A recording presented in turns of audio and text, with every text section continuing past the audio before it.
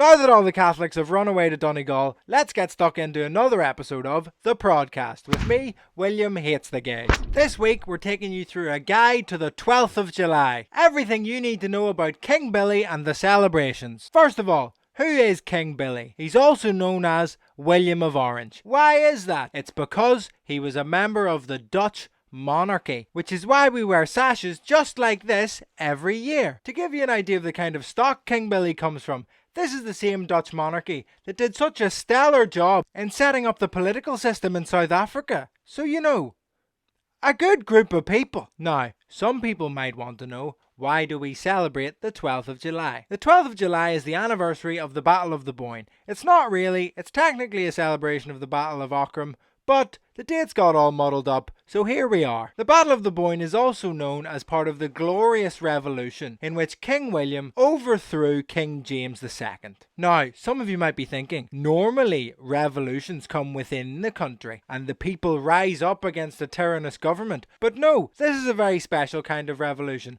where top political and religious leaders called William to come into the country and overthrow from the outside. He arrived on the shores of Northern Ireland before the Battle of the Boyne and immediately said, "No surrender!" and killed all the Catholics. The following years after this glorious, bloodless revolution brought changes to the British parliamentary system. The tyrant King James was pro-monarchy, typical Catholic, and King Billy believed that the focus needed to move away from the monarchy and give more power to Parliament, although specifically a Parliament voted in by exclusively wealthy Protestant males. And also King Billy became the monarch anyway. Genius! So every year we march through the streets of Northern Ireland and Scotland as well for some reason to commemorate the massacre and destruction of homes of all the Catholic people who dared fight against the glorious King Billy. Now some Catholics get a bit annoyed about this, but we have reached out to our local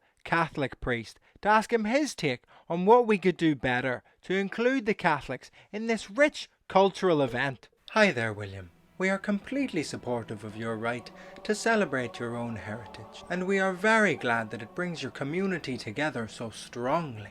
We would just ask that when going past our church, you don't sing any anti-Catholic songs at all, and don't abuse any of the parishioners, if that's okay.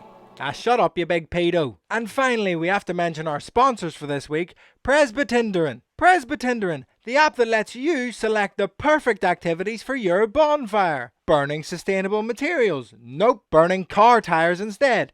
Yep. Controlled small fires away from residential areas. Nope. Burning effigies of Catholic politicians. Yep. Any flag featuring green and orange, no matter what country it's from. Absolutely. Thank you for listening to this special episode of the Prodcast, and as it is the 11th night, I will end with this. Light the beacons!